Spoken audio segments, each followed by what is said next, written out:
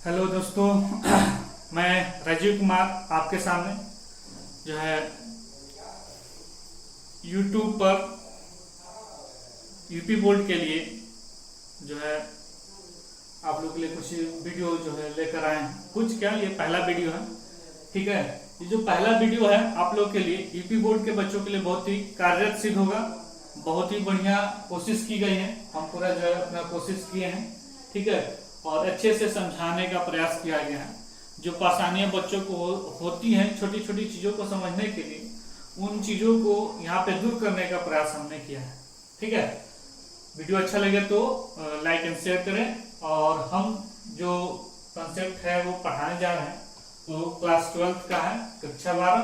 और जो हम पढ़ाने जा रहे हैं विषय आपका भौतिक विज्ञान यानी कि फिजिक्स है।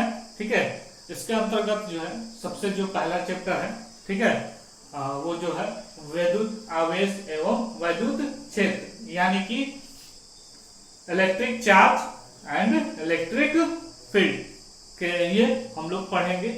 ठीक है, इस चैप्टर को ठीक से बारी बारी एक एक वीडियो जो है बारी बारी जो पहला फर्स्ट क्लास है, पहला क्लास है हमारा। इसके बाद जैसे जैसे आगे बढ़ते जाएंगे, आगे आपको आगे कॉन्सेप्ट जो है धीरे मिलते जाएंगे। आगे अगले वीडियो में अगले कॉन्सेप्ट्स को ऐसे करते हुए ये लगभग आपका ओवरऑल जो है कोर्स क्लास 12 का फिजिक्स का हम इस पर चलाने वाले हैं। ठीक है, तो हमारे साथ जुड़े रहें। ठीक, और लाइक एंड सब्सक्राइब भी करते रहें। ठीक है, और इस प्रकार से ये जो वैद्युत आवेश और जो वैद्युत क्षेत्र है, ये जो है इकाई 1 के स्थिर वैद्युतिकी के अंतर्गत ये जो वैद्युत आवेश एवं वैद्युत क्षेत्र है इसको पढ़ेंगे। तो आज का जो है जो डिस्कशन है वो वैद्युत आवेश वैद्युत क्षेत्र नहीं, हम लोग समझेंगे सबसे पहले इस इकाई 1 को कि ये क्या है, स्थिर वैद्युतिकी क्या है। ठीक है, तो बहुत सारी चीजें जो छूटती हैं हम छोड़ने का प्रयास नहीं करेंगे। ठीक है, एनसीईआरटी लगभग जो है क्लियर जो है एनसीईआरटी पैटर्न को फॉलो करने का प्रयास किया जाएगा और हम लोग ढंग से पढ़ेंगे, तंदुरुस्ती एकदम एनर्जी के साथ हम लोग काम करेंगे। ठीक है, एनर्जी के साथ पढ़िए। ठीक, तो चलिए हम लोग समझते हैं कि ये स्थिर वैद्युतिकी क्या है। स्थिर वैद्युतिकी को अंग्रेजी में इलेक्ट्रोस्टैटिक्स कहते हैं। ये इलेक्ट्रोस्टैटिक्स क्या है, इस वीडियो में हम लोग ये समझेंगे कि ये व्हाट इज इलेक्ट्रोस्टैटिक्स यानी कि इलेक्ट्रोस्टैटिक्स क्या है। ठीक है, पूरी तरह से हिंदी माध्यम में, और हम पूरी तरह से प्रयास किए हैं कि आम भाषा नॉर्मल भाषा यूज किया जाए आपको समझाने के लिए।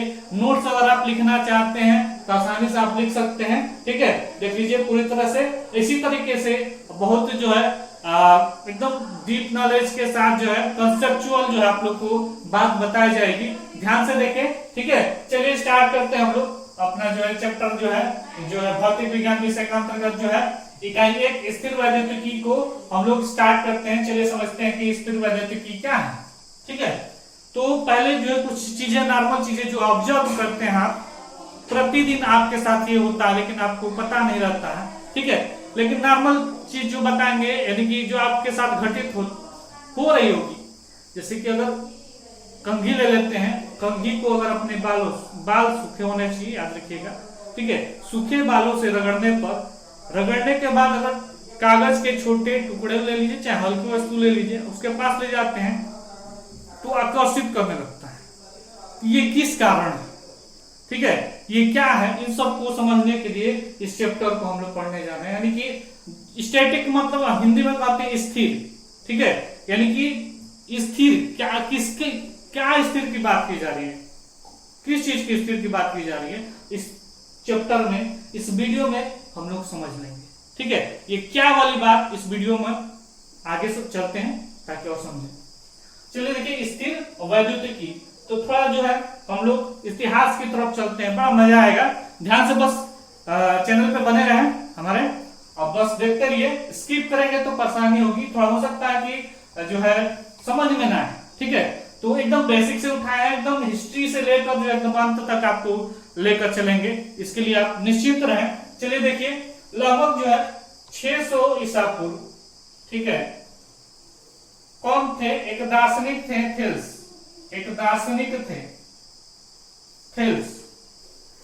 इन्होंने क्या देखा, इन्होंने देखा कि जब अंबर को, अंबर नामक एक पदार्थ होता है, ठीक है, जो ज्वेलरीज यानी कि गहने वगैरह बनाने में, ठीक है, प्रयोग में लाया जाता है। और एक तरह से कह सकते हैं ये जो है इसका मतलब होता है, अंग्रेजी में एक शब्द होता है रेजिन, बहुत इंपॉर्टेंट है, याद रखिएगा। रेजिन, रेजिन का शब्द याद रखिएगा, ये बाद में हम यूज करेंगे, प्रयोग करेंगे। रेजिन का पॉजिटिव नेगेटिव वाली जो बात आएगी, रेजिन शब्द का हम प्रयोग करेंगे, इसको याद रखिएगा। रेजिन मतलब होता है गोंद। पेड़ में देखे होंगे जो खोखले रहते हैं, कभी कभी गोंद टाइप का जो दिखता है, लासा टाइप का, ठीक है, तो गोंद कहते हैं एक तरह से ये रेजिन को, ठीक है। यानी कि ये जब अंबर नामक पदार्थ को ऊनी कपड़ों से, किन कपड़ों से, ऊनी कपड़ों से रगड़ा जाता है, क्या किया जाता है, रगड़ा जाता है, याद रखिएगा, क्या किया जाता है, रगड़ा जाता है। उसमें यानी कि इस अंबर नामक पदार्थ में क्या जाता है, इन छोटे छोटे कागज के टुकड़ों और हल्की वस्तुओं को आकर्षित करने का गुण आ जाता है, अपनी ओर आकर्षित करने का क्या जाता है, गुण आ जाता है, ठीक है। ये तो किसने बता दिया, थेल्स जी ने ये बता दिया, दार्शनिक थे, इन्होंने ये देख के कि अंबर को जो है उन्हीं कपड़ों से रगड़ने पर इनमें कागज के टुकड़े, हल्की वस्तुओं, चाहे धूल के कण, इन सबको आकर्षित करने का इसमें क्या आ जाता है, गुण आ जाता है, किसमें, अंबर में, ठीक है। लेकिन ये तो ठीक रहा कि अंबर वाली बात जो है इन्होंने थेल्स जी ने बता दिया, लेकिन लगभग 2000 वर्ष तक इस दिशा में अब कोई कार्य नहीं हुआ, इसके बारे में कोई जानकारी नहीं प्राप्त हो पाई, ठीक है। उसके बाद लगभग 16 ईस्वी में, लगभग 1600 ईस्वी में, ठीक है, इंग्लैंड के एक प्रसिद्ध वैज्ञानिक थे डॉक्टर गिलबर्ट, इंग्लैंड के एक प्रसिद्ध वैज्ञानिक थे डॉक्टर गिलबर्ट, ठीक है, ने बताया कि सिर्फ अंबर ही नहीं, ठीक है, बाकी और भी वस्तुएं ऐसी हैं जो क्या कर सकती हैं, किसी अन्य वस्तुओं के साथ रगड़ने पर वो किसी दूसरी हल्की वस्तुओं को या कागज के टुकड़ों को आकर्षित कर सकते हैं। सिर्फ अंबर ही ऐसा नहीं कर सकता, दूसरी वस्तुएं भी कर सकती हैं। इसमें इबोनाइट रॉड आ जाता है, ठीक है, आपका कांच का जो रॉड है, कांच का टुकड़ा या कांच का रॉड कह लीजिए, वो आ जाता है। इनको भी किसी दूसरे अन्य पदार्थों के साथ रगड़ने पर इनमें आकर्षित करने का क्या आ जाता है, गुण उत्पन्न हो जाता है, ठीक है। ये बात किसने बता दिया, डॉक्टर गिलबर्ट ने बताया, ठीक है। तो इस प्रकार से ये पता चला कि सिर्फ अंबर ही नहीं, ऐसे और भी आपके पदार्थ हैं जिनको किसी अन्य पदार्थों से रगड़ने पर उनमें आकर्षित या प्रतिकर्षित जो भी है, दोनों गुण क्या कर सकते हैं, ये दोनों गुण पाए जा सकते हैं, ठीक है। और इस प्रकार से ये चीज हम लोग को समझ में आई, ठीक है, यहां तक तो ठीक है। इसके बाद आप समझते हैं कि अंबर ये क्या है, और थोड़ा बहुत समझते हैं कि अंबर को एक ग्रीक भाषा में इसको हम क्या कहते हैं, इलेक्ट्रॉन कहते हैं, ग्रीक भाषा में इलेक्ट्रॉन, यानी कि ग्रीक भाषा से ये प्राप्त किया गया है अंबर, ठीक है। अंबर यानी कि इलेक्ट्रॉन शब्द जो है दिख रहा है, अंबर जो है ग्रीक भाषा में अंबर को इलेक्ट्रॉन कहते हैं, इसी से इलेक्ट्रॉन शब्द की उत्पत्ति है, याद रखिएगा, ठीक है। अब हम लोग दो चीजें निष्कर्ष निकाल दिए इसमें। अब हम इस परिस्थिति में आ गए हैं, दो चीज बता लेंगे कि वैद्युतिकी क्या है और स्थिर वैद्युतिकी क्या है, ठीक, क्या है वैद्युतिकी क्या है और स्थिर वैद्युतिकी क्या है, ये हम लोग बताने में सक्षम है। अब क्या, तो अब देखिए कोई ना कोई ऊर्जा में कोई चीज अगर क्या कर रहा है, मूव कर रही है, यानी कि हिला है, यानी कि उसकी ऊर्जा जरूर लगी होगी, यानी कि वो ऊर्जा जिसके कारण अंबर ही नहीं कोई अन्य पदार्थों में भी जो हल्की वस्तुओं को अपनी ओर आकर्षित करने का जो गुण उत्पन्न हो जा रहा है, ठीक है, उसे हम क्या कहते हैं, इस गुण जो ये गुण जो उत्पन्न हो जा रहा है आकर्षित करने का, ठीक है, इसे वैद्युतिकी कहते हैं। क्या कहते हैं, वैद्युतिकी, अंग्रेजी में इलेक्ट्रिसिटी क्या कहते हैं, इलेक्ट्रिसिटी, ठीक है। और एक और बात, यहाँ पे एक शब्द आ रहा है, यहाँ पे ध्यान दीजिएगा, वैद्युतमय या आवेशित, ये याद रखिए, ये जो आकर्षित करने का जो गुण प्राप्त हो जा रहा है, ये जो गुण जो जिन वस्तुओं में ये गुण आ जाता है, उन वस्तुओं को हम कहते हैं कि वो वस्तु क्या हो गई है, वैद्युतमय, या कह सकते हैं कि वो वस्तु आवेशित हो गई है। क्या हो गई है, वो वस्तु क्या हो गई है, आवेशित हो गई है। या हम ये कह सकते हैं कि वो वस्तु वैद्युतमय, अंग्रेजी में कहते हैं कि वस्तु इलेक्ट्रीफाइड हो गई है। ठीक है, आई बात समझ में।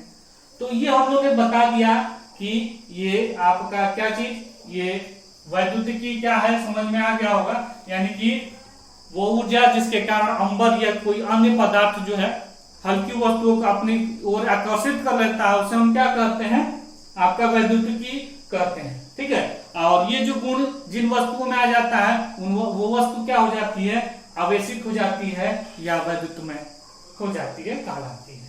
ठीक है, और इस प्रकार से हम अब समझ सकते हैं कि भौतिक विज्ञान की वो शाखा जिसमें ऐसी वस्तुओं का अध्ययन करते हैं, जिसमें ऐसी वस्तुओं का अध्ययन जिसमें ऐसी वस्तुओं का अध्ययन किया जाता है जिन पर आवेश, ये शब्द याद रखिएगा, अभी बाकी हम लोग, जिन पर आवेश स्थिर रहता है, क्या होता है, स्थिर रहता है, उसे हम क्या कहते हैं, स्थिर वैद्युतिकी कहलाती है। यानी कि उनसे हम क्या कहते हैं, इलेक्ट्रोस्टैटिक्स कहते हैं। क्या कहते हैं, इलेक्ट्रोस्टैटिक्स। बात समझ में आई।